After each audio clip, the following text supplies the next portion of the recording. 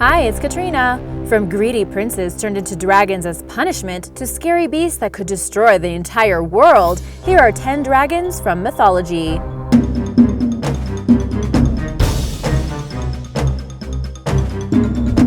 Number 10. Drakken Kolkikos. In Greek mythology, Jason and the Argonauts were sent on a quest to retrieve the golden fleece from King Aedes of Colchis.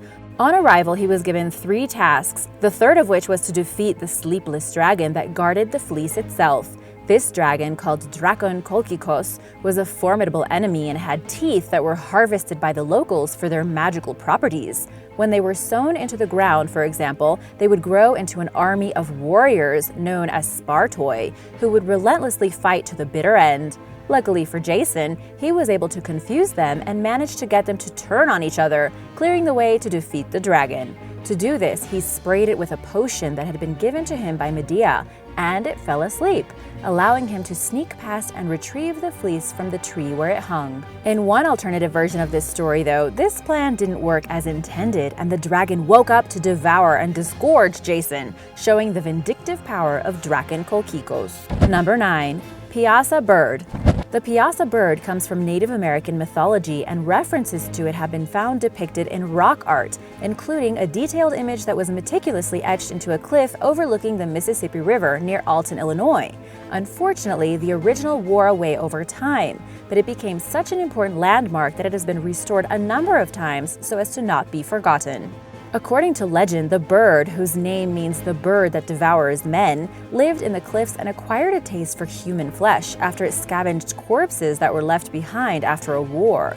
It began to attack local villages and was ultimately slain by a nearby chief called Oatoga. He and his people were tired of the relentless attacks by the beast, so enacted a plan that had been given to him in a dream by the Great Spirit. He ordered his men to conceal themselves in one of the entrances to the Piasa Bird's cave, and he acted as bait to lure it out. When it began to fly towards the chief, the warriors released a volley of poison arrows which eventually managed to kill it. To commemorate the event and to mark where it happened, the mural was created so it would never be forgotten. Number 8. Fafnir. Fafnir was once a person, the son of the Nordic dwarf king Hreidmar, and was known for his lack of fear and for having a very powerful arm. One day, one of his brothers, who looked like an otter, was killed by Loki, Odin, and Hoenir as they were hunting, and the gods took the skin to the home of Hreidmar. When the dwarf king realized what had happened, he and Fafnir took the gods prisoner and forced Loki to gather a ransom that involved lining the otter skin with gold. Loki did this with the cursed gold and ring of Andvari. The gods were released, but the curse began to take hold. Fafnir killed his father to keep the treasure for himself and became increasingly greedy and self-serving. He turned into a dragon, the Norse symbol of greed, to guard his treasure, and poisoned the surrounding land to ensure that no one could get close. His brother Regin, however, wanted to get revenge on him for killing their father, so sent his own foster son, Sigurd, to kill Fafnir.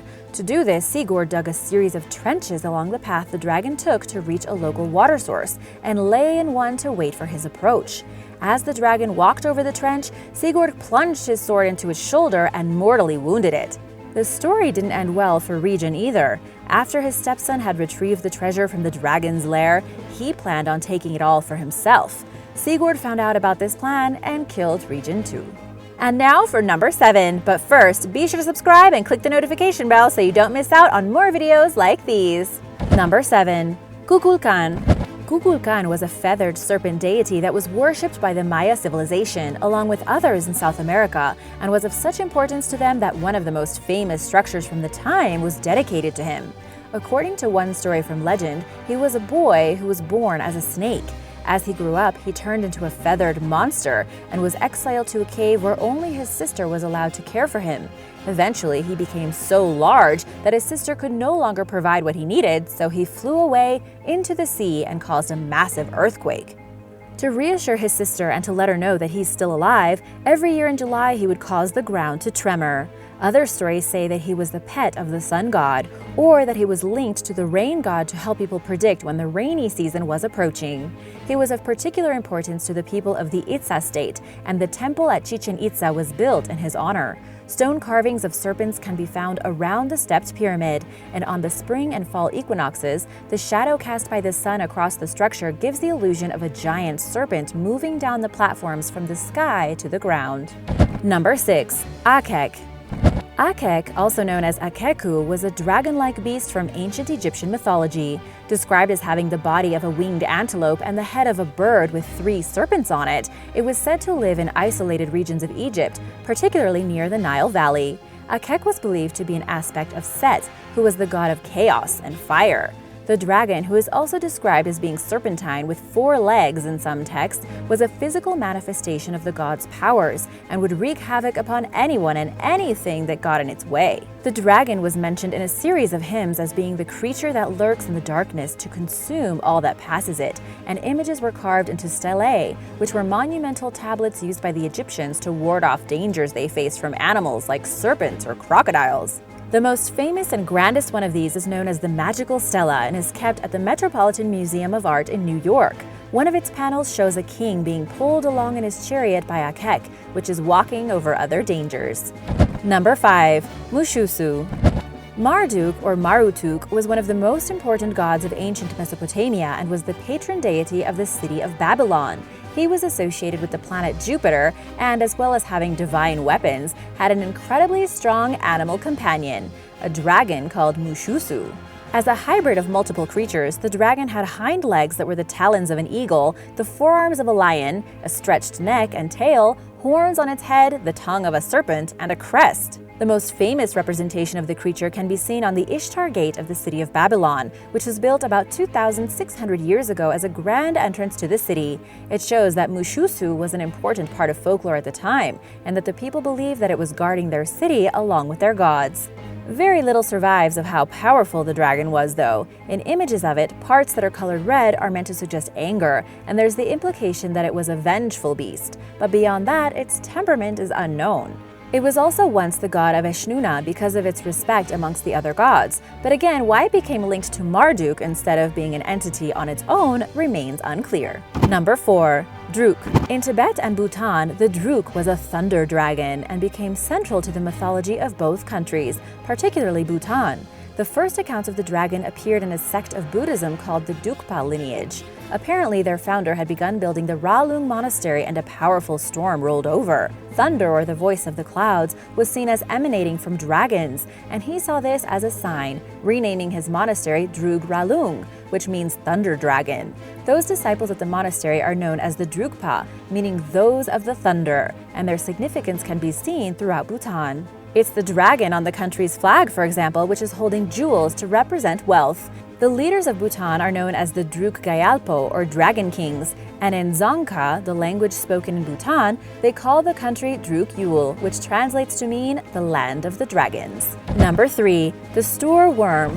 The Orkney Islands off the coast of Scotland have a rich history of mythology, and one of the most important beasts in their lore is the Mester Stoor Worm.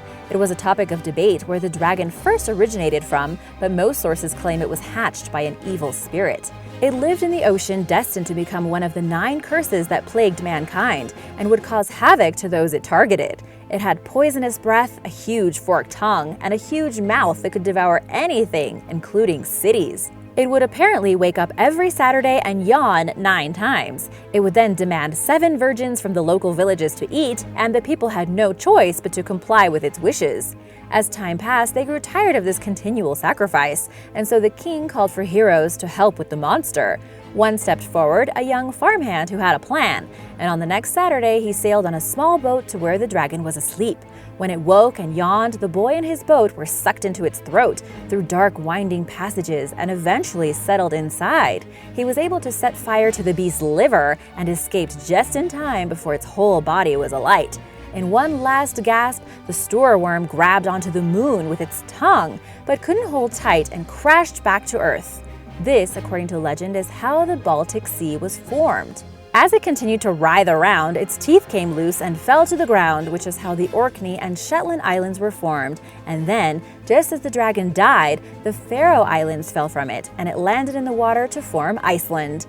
Once everything had cleared, the young hero was celebrated and married the king's daughter. Of course. Number 2. Vishap. The Vishap is a water dragon that originates from Armenian mythology and is often shown as either simply a snake with wings or combined with body parts from other feared animals. It was said to live on Mount Ararat and was seen as the reason why the peak would erupt, and for the earthquakes that often happened in the area.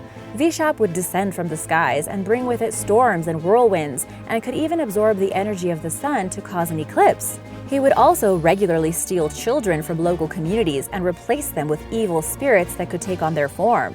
Because of the immeasurable pain and suffering that Vishap inflicted upon the people of Armenia, it was finally slain by the god of fire Van, who was a lauded dragon hunter. Number 1. Ryujin. Ryujin is one of 8 dragon kings from Japanese mythology who was the lord of the sea and of serpents. He possessed magical jewels which he used to influence the tides from his palace beneath the waves. Rarely making a direct appearance himself, Ryujin used snakes as messengers, and being linked with death and thunder, their presence was seen as a bad omen. It was thought that Ryujin lived in Lake Biwa, which is to the northeast of Kyoto, but he wasn't all bad. He was said to possess great magical powers and medicines, and could use these to help people, such as by granting them a long and healthy life.